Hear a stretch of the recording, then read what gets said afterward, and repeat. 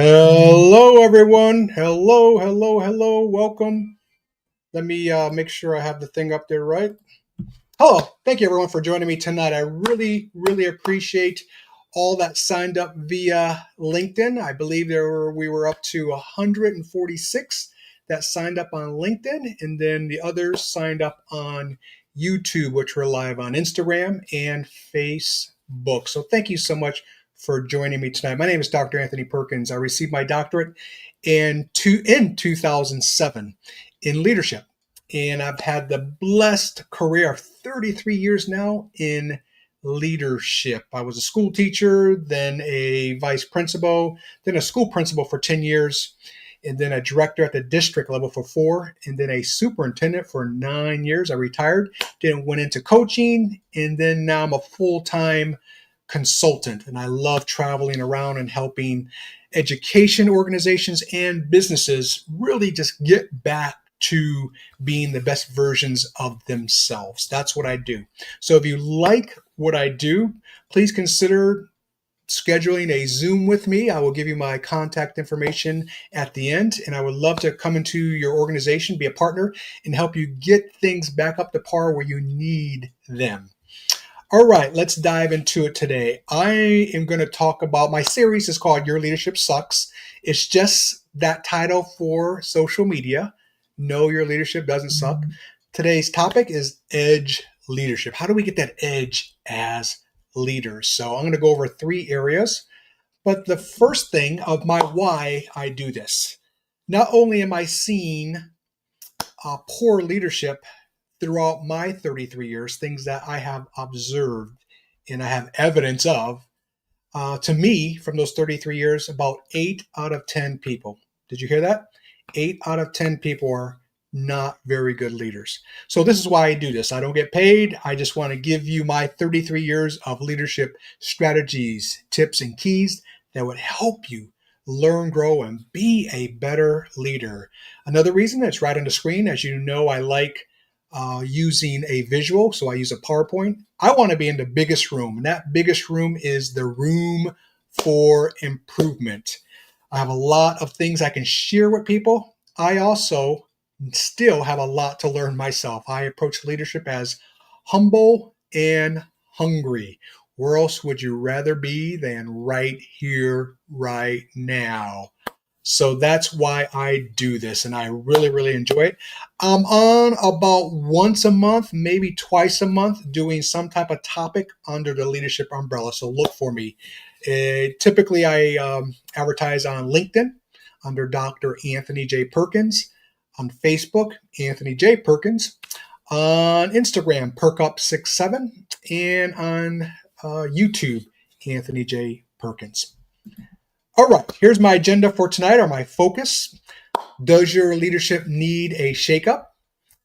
I'm going to define edge leadership for you, break that down, and then get into 3 areas that can really help you get that leadership edge: mentors, discipline, and integrity. Can't wait to talk about integrity.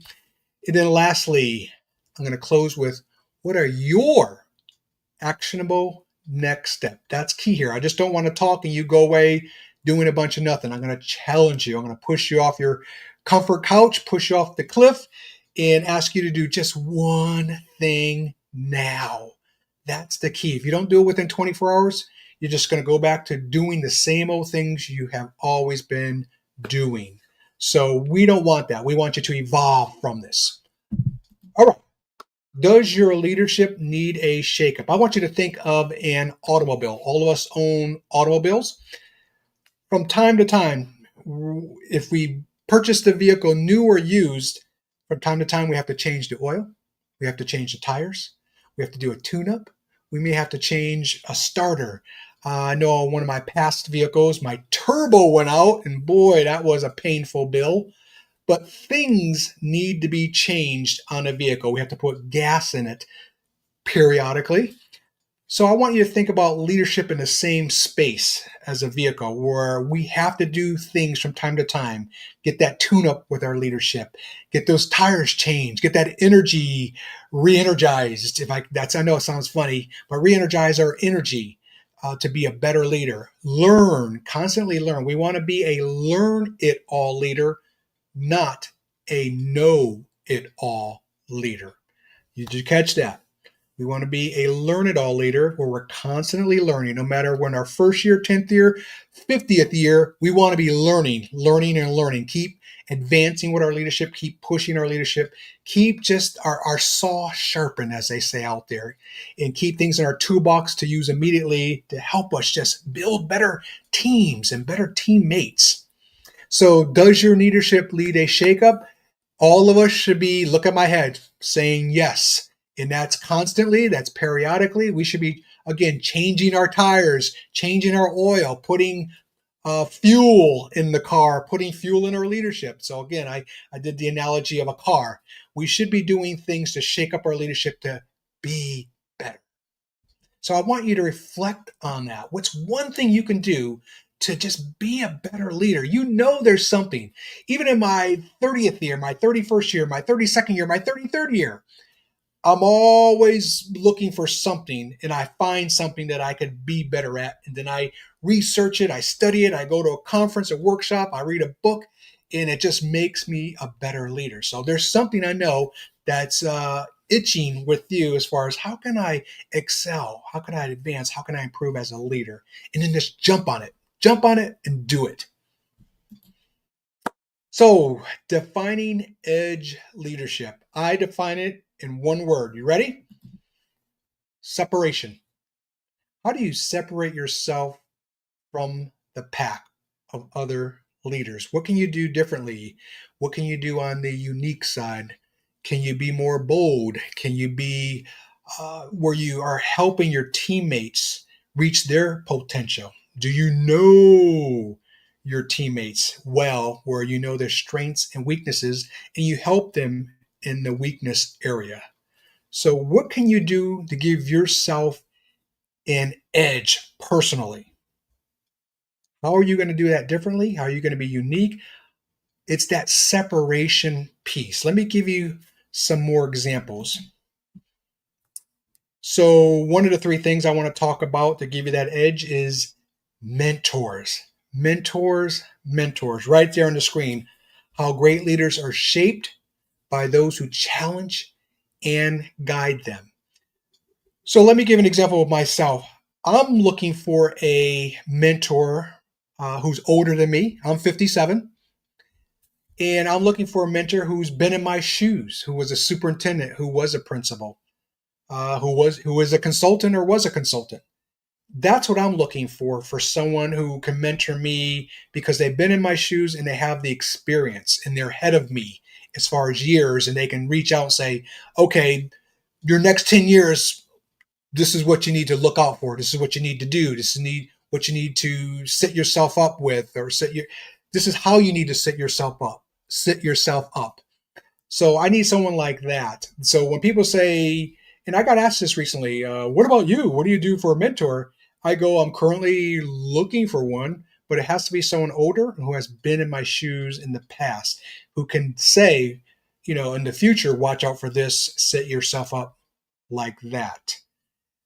So I caution you when you're looking for a mentor to not kind of go younger. I'm not saying younger people are not intelligent. They are. You want someone experienced, someone who's ahead of you in ahead of you as far as the career piece, where they can say, hey, I'm 40, you're 30, and I can tell you your next 10 years, you're going to experience X, Y, and Z. So set yourself up this way, watch out for this, go to these conferences, meet these people, and so forth and so on. So look for a mentor or mentors. Different perspectives are great. So look for that. And don't let your ego say no to that. Put your pride on the shelf. Always be open-minded when it comes to other people helping you, especially those who are ahead of you in age and experience. Run towards greatness. So I'm going to give you an example. It says right there on the screen, example MTS. That was Magnet Traditional School, where I was a principal for 5 great years. And the first 5 years I was at another school, and I was an average Joe principal.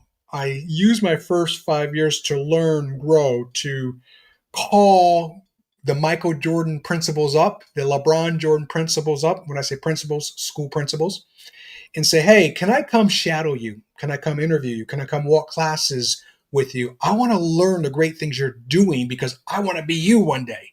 So I dropped my pride, put my ego in my back pocket, and I learned and I listened. And my school was okay for 5 years. We were doing okay. We weren't bad. We weren't great. After those 5 years, guess what happened? Because I took 5 years to learn, grow, and advance and improve, and I swallowed my pride in doing so. The next 5 years, my school at Magnet Traditional was highly performing every year. And we were an A+ school of excellence awarded by the Arizona Educational Foundation. So go slow to go fast, I call it. You've heard that term or that phrase out there. Going slow is listening, learning, shadowing, interviewing, reading, researching, and so forth. And then go fast now that you have all that knowledge. So that's what I did. I ran towards that greatness. I found strong leaders and I listened and I learned from them.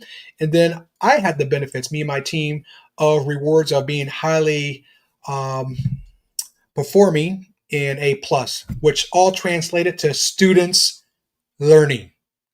Students learning. So run towards any greatness. Don't be intimidated.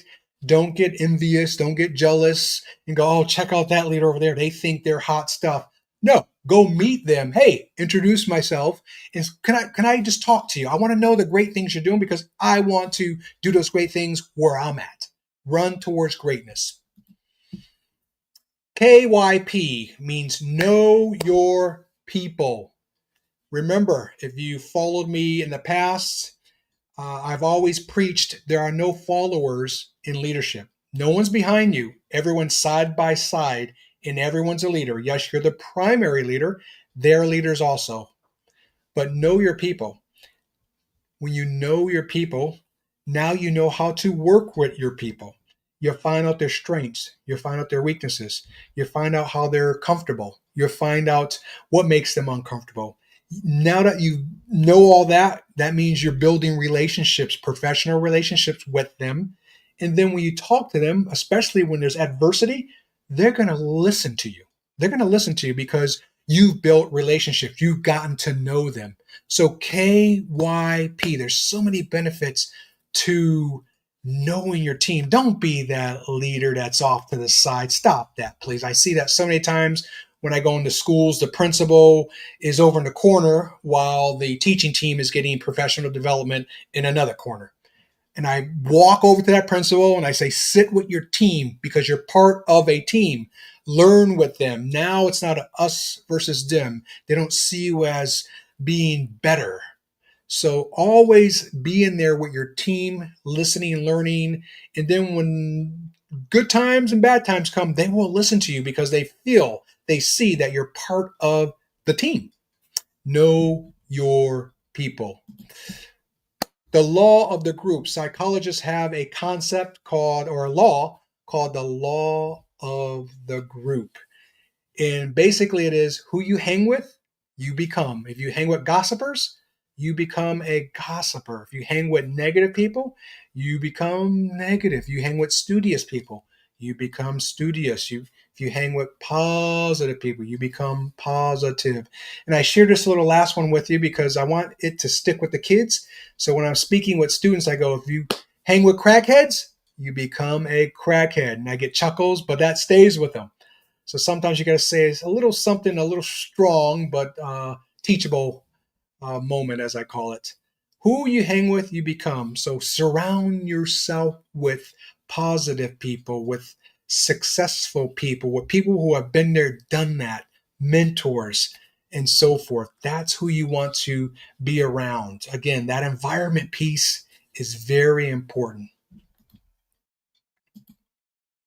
Now, we all know the great Michael Jordan. In this photo here, when he first started out with Chicago, he had not all the great teammates that won all those championships. To his right, you can see number 2, Sellers.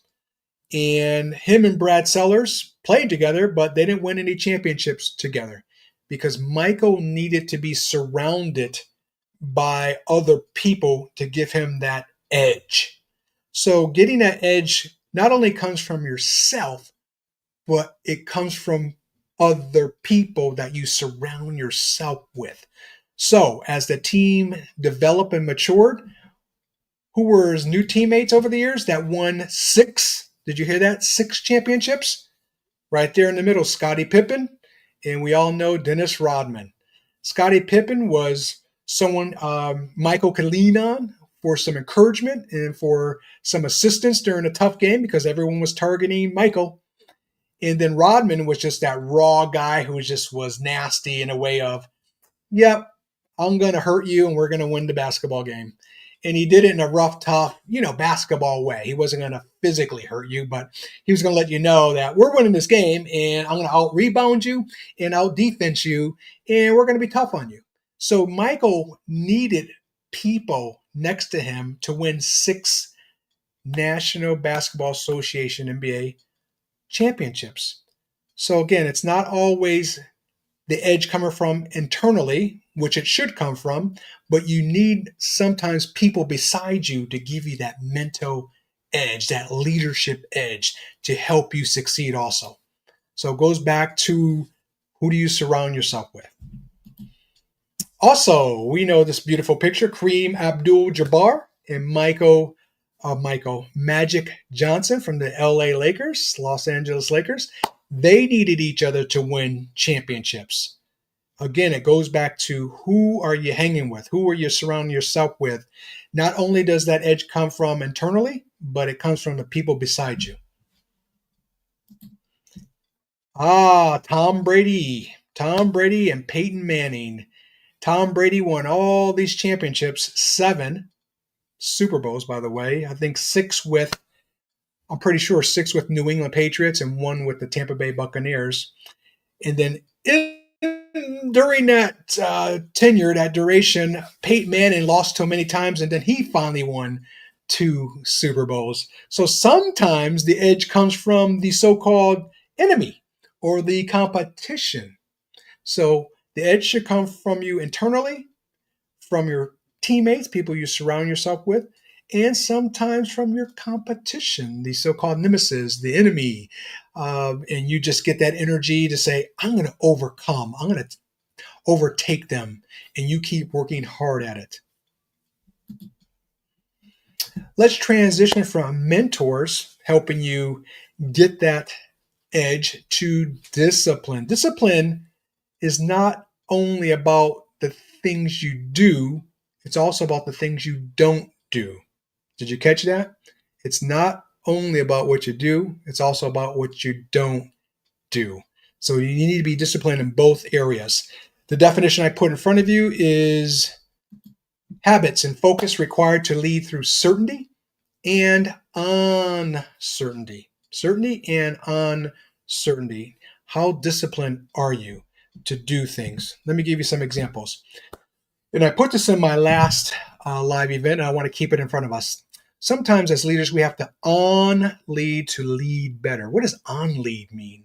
On-lead means we need to step back and we need to focus on what are the things that I'm doing that are not the low-hanging fruit, not making an impact, not giving me what I need to be a better leader. And we need to erase those things, remove those things. So we need to do an analysis from time to time to say, how can I undo these things here, insert new things, and now I'm really equipped, prepared to really be an effective, strong leader. So that is what on lead means, to step back, analyze, and say, what things do I need to dump off the dump truck here and add so I can be a better leader? On lead to lead better.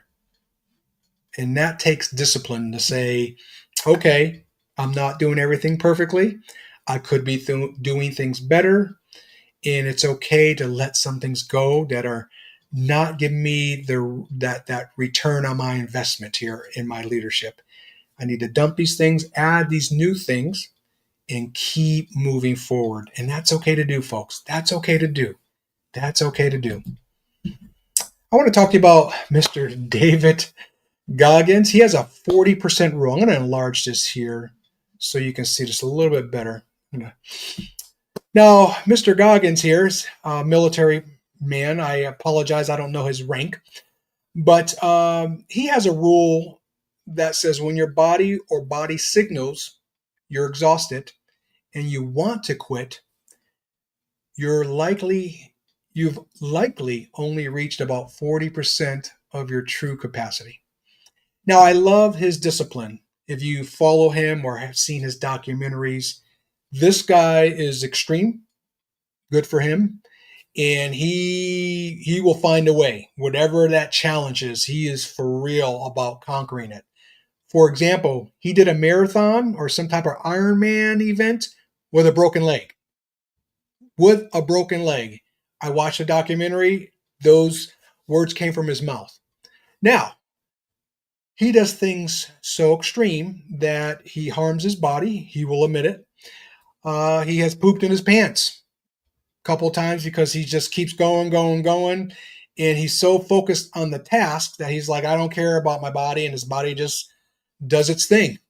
So you have to be careful when you, I guess, follow or listen to some of Mr. Goggins' stuff. Again, I'm all about discipline. I'm all about pushing the envelope. I'm all about stretching a little bit more, but I'm not about hurting the body. So I encourage you to read his stuff, to check him out. He's got some good things, and you have to figure out within his content how far you will go. But I do like the rule. I do like the rule. And I missed something at the beginning. I'm going to do it with you right here, right now.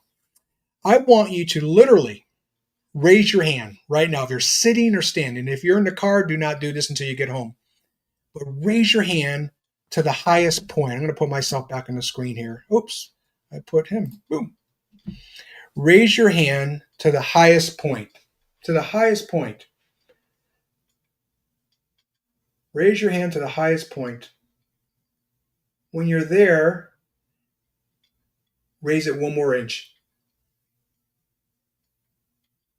You see what I just did, that little activity? You thought at the beginning you truly raised your hand to the highest point. And then when I asked you to raise it one more inch, you did it. That's edge leadership, going that extra mile, that extra inch. That could be coming in early, staying late, studying a little bit more.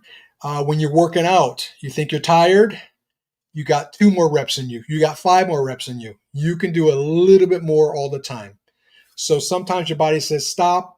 You can say, well, I'm going to do a couple more reps. Oh, I'm going to do 20 more minutes of reading, 20 more minutes of writing, 20 more minutes of running. Whatever that thing is, you got a little bit more in the tank. Again, finding that balance of not hurting yourself, but stretching yourself.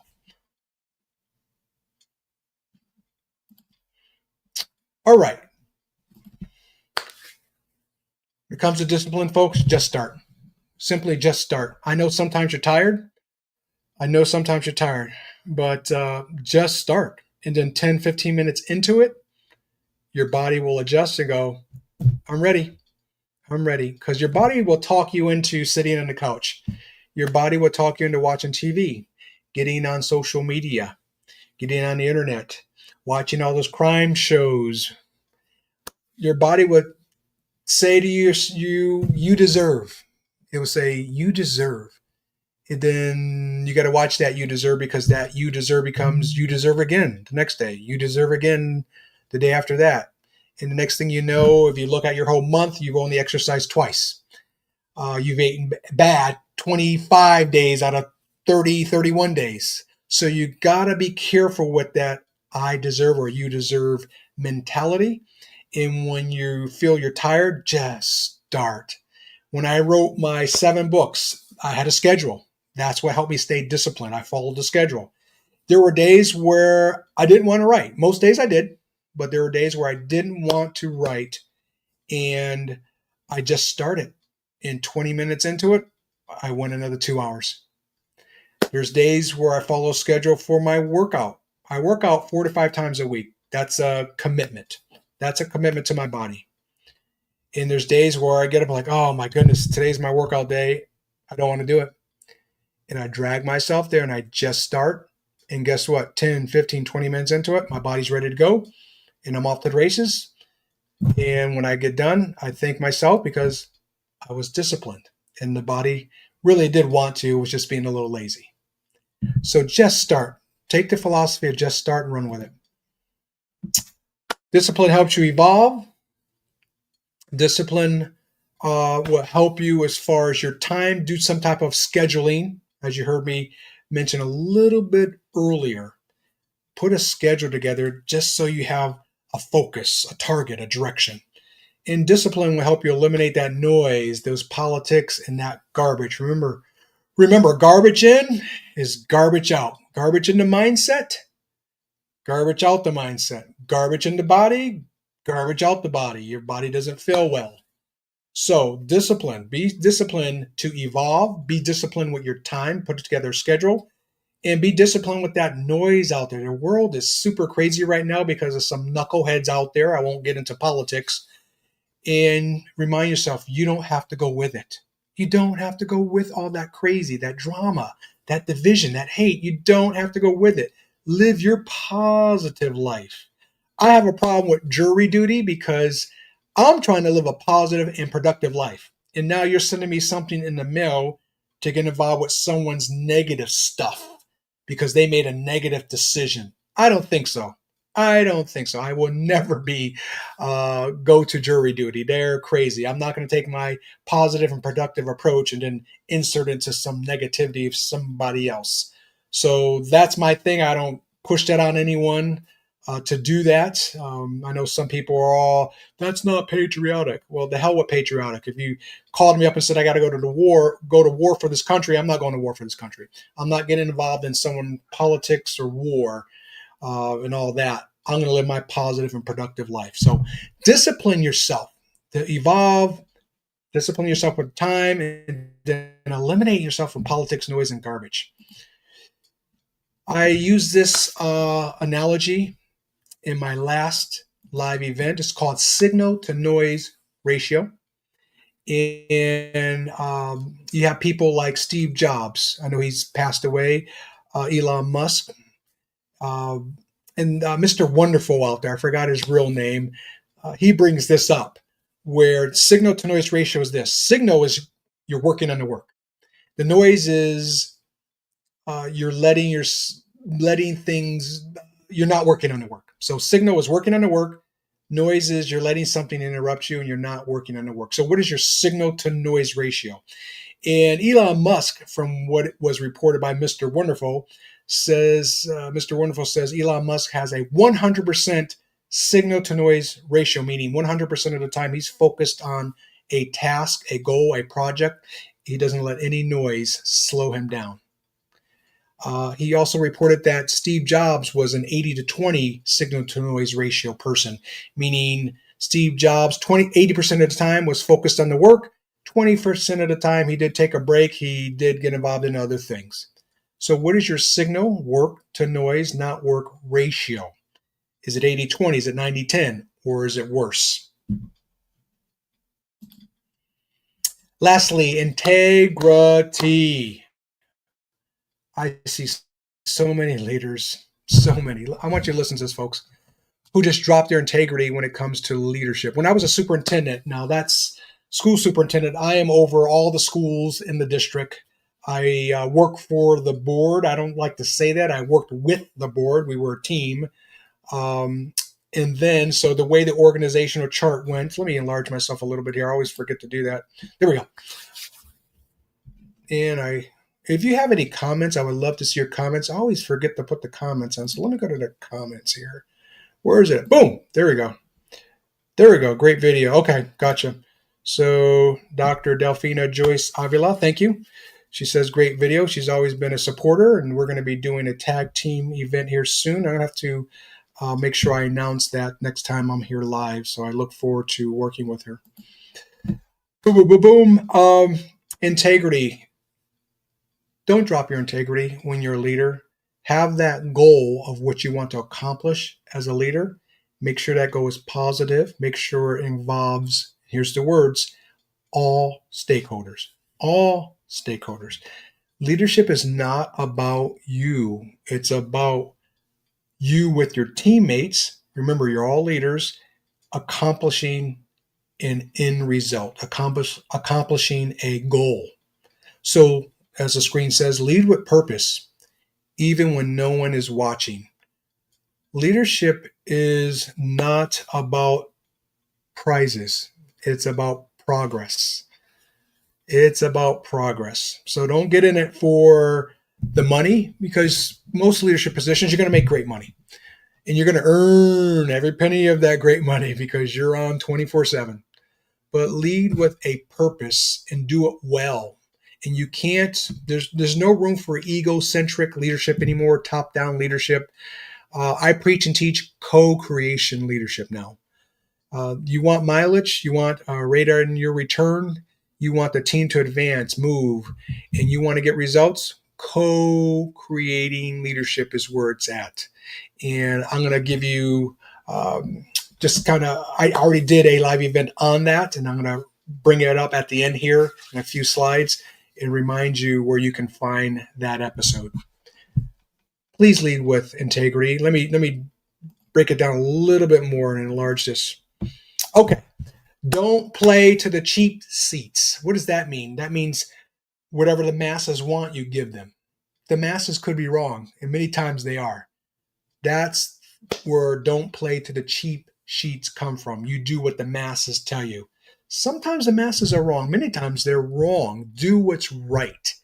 Do what's right, and you know it, and you can look in the mirror. Do what's right, even though there's consequences. Do the right thing. You got to be okay with consequences. And remember, hate loves great. So you could be doing some great things and you got people throwing rocks at you, meaning not literally, but figuratively, just being negative towards you with comments, trying to sabotage you, etc. Do the right thing when you're leading. Do the right thing. If your purpose is to serve constituents, go out there, meet your constituents, listen to them. You can't do everything they want, but you can do many things, and you work towards that. If you're a school superintendent, you're there for the kids. Your team, your board, they're number two. Sorry to say that, but they're number two. When I was a superintendent, I was always student first, and my team and my board was number two. I respected students and I respected the board and the team, but they were number two. I was there to make sure students, the young generation, got what they needed to learn. I made sure they had the resources, the environment, the right people, the great teachers. So that was my position, was to surround students with greatness so they can learn, achieve, grow, and figure out what they wanted to do. We wanted to help paint their vision of their future. Again, watch out. That hate's going to come when you start doing great things, different things, unique things, positive things. Hate loves great. Here's some trends. I'm going to move myself. Let me see if I can position this a little bit better. There we go. All right. Under the integrity umbrella, here's what I'm seeing. Scaredy cat leadership. Why are you a leader if you're scared? You got to jump into leadership and be courageous. You got to have a plan, a strategic plan. Even if it's not that large of a plan, meaning, let me repeat that. Strategic plans are really large and detailed. You can scale it down to an action plan where it's much smaller with a goal. Have a plan. Have a plan. You're not into leadership to be scared. You're in it to be bold, courageous, to move forward with your teammates. I also see, I don't want to make decisions. Where the heck did that come from? I'm in a leadership role and I don't want to make decisions because if I make the wrong decision, people are going to be mad at me. Yeah, that's leadership. So what you do is you research things to death and you get the best information, the best data, and you make a damn decision. It's your job to make a decision. And you better have that evidence with you when you have to answer to that decision. As long as you're making 85 to 90%, or 85 plus, I should say, right decisions, you're doing well. You're doing well because every decision is not going to go perfectly. So don't sweat yourself if a few decisions here and there go wrong, but most of them go right. Now, if you're making 85% bad decisions, you got to reanalyze how you're approaching things, because no one should be making that many bad decisions. That's like 8 out of 10, 9 out of 10 decisions are bad. Think about that.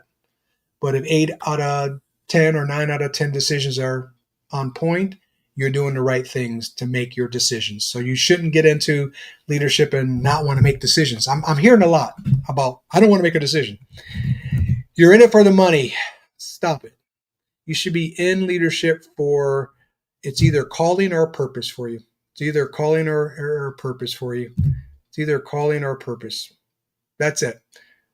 The money will come. The money will be there. Most leadership positions pay very well. Don't get greedy with the money thing. Don't get greedy, because you're just going to kill yourself. I need to make 10 more thousand here. You make 10 more thousand. Then when you get to that point, I need to make another 5,000. Then you make that eventually. And then you just say, oh, I need another 20,000. Then you make that eventually. The next thing you know, you're making $300,000, but you're never home. Your kids have grown up and moved out the damn house. You're divorced. It's not worth it, folks, because the day you drop dead, which you will on the job because you're chasing money, the next day, your job is going to be up on the job posting board. So you got to find the balance of how much money you want to make and how much time you want to miss with your kids and your wife and your husband and all that. You got to find that balance. It's not worth it chasing the money. It's not. It's not. It is just not. You're being greedy if you want all that money, because trust me, if you go after all that money and you get it, you're going to be working your tails off and you're going to miss a lot of life out there. So find that balance of, I can make this and I can still see my family. Most leaders are good number 2, 3, or 4 people. They're not the top dogs.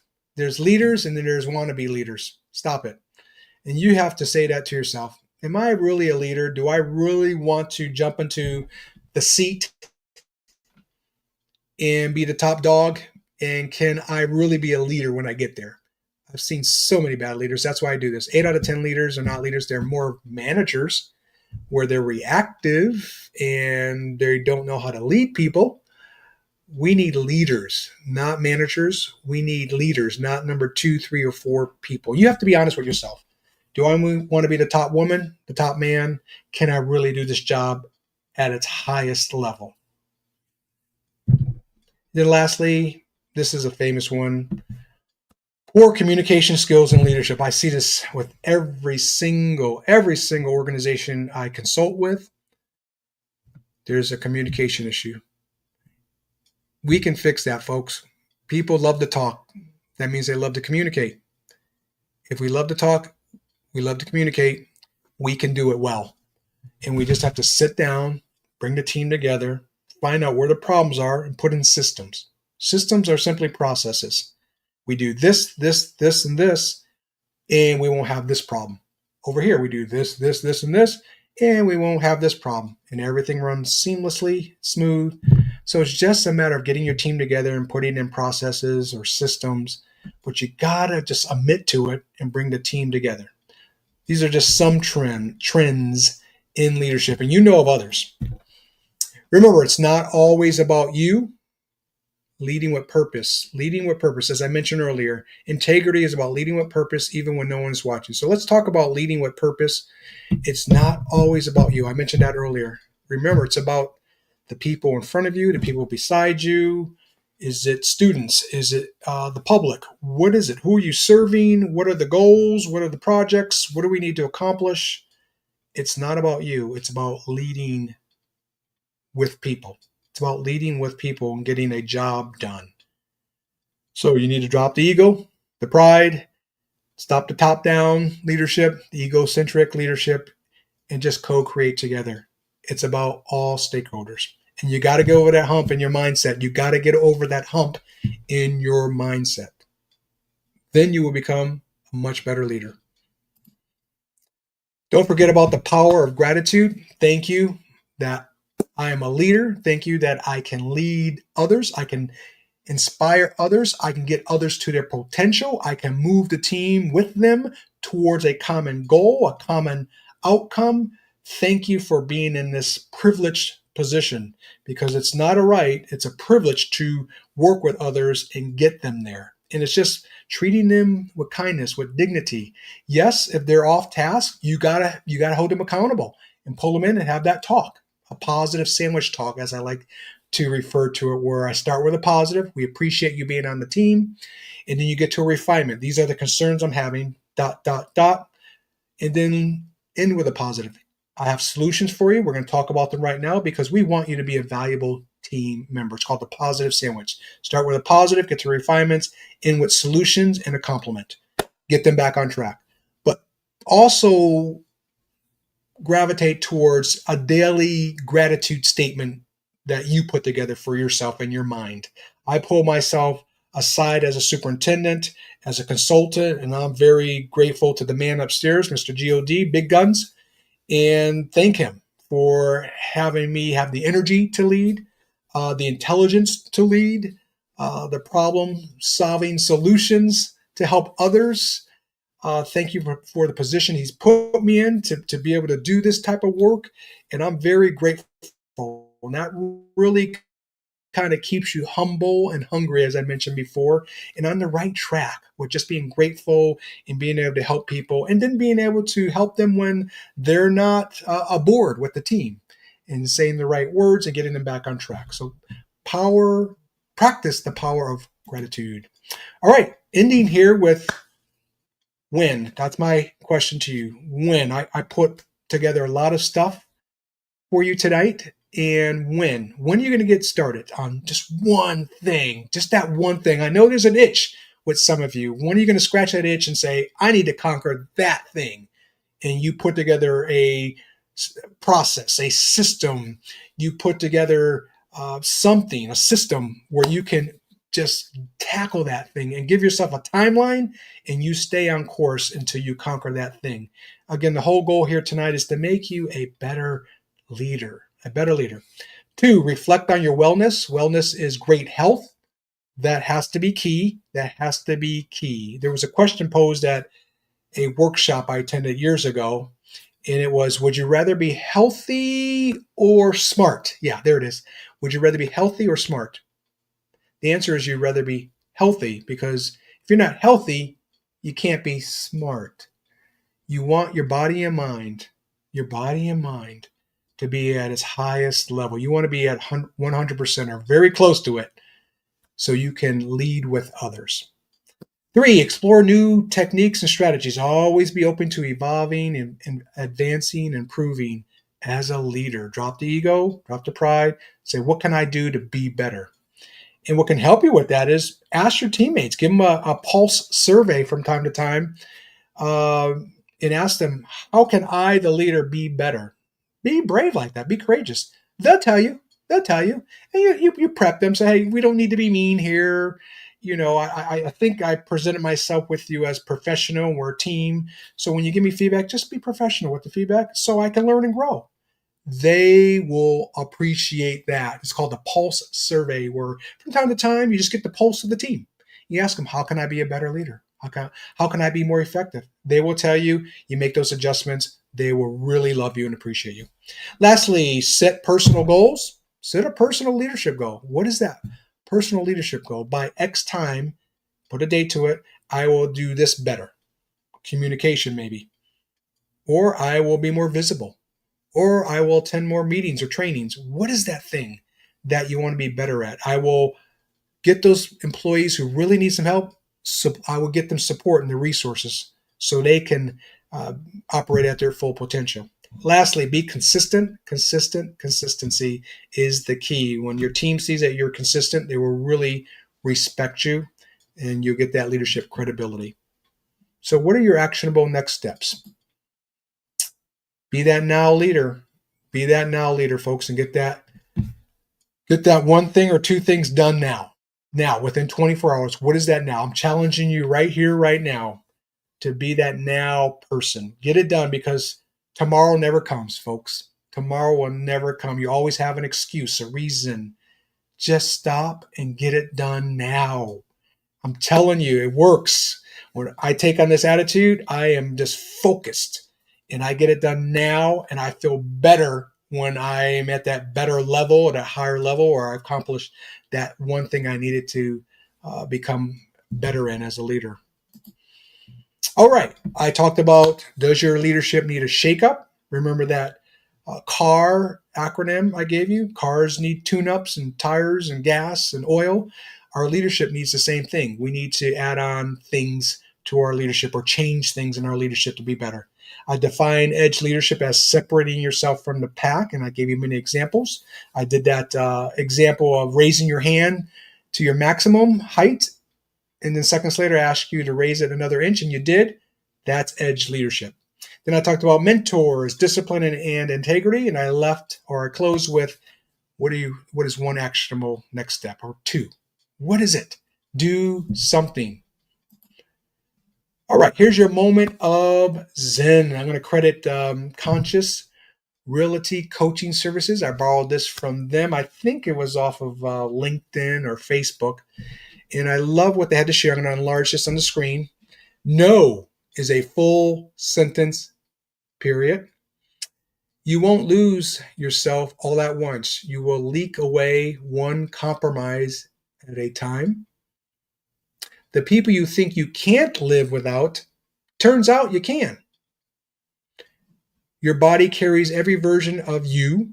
It deserves your kindness, not your war. So don't beat yourself up that much. No, you need to make changes and do them.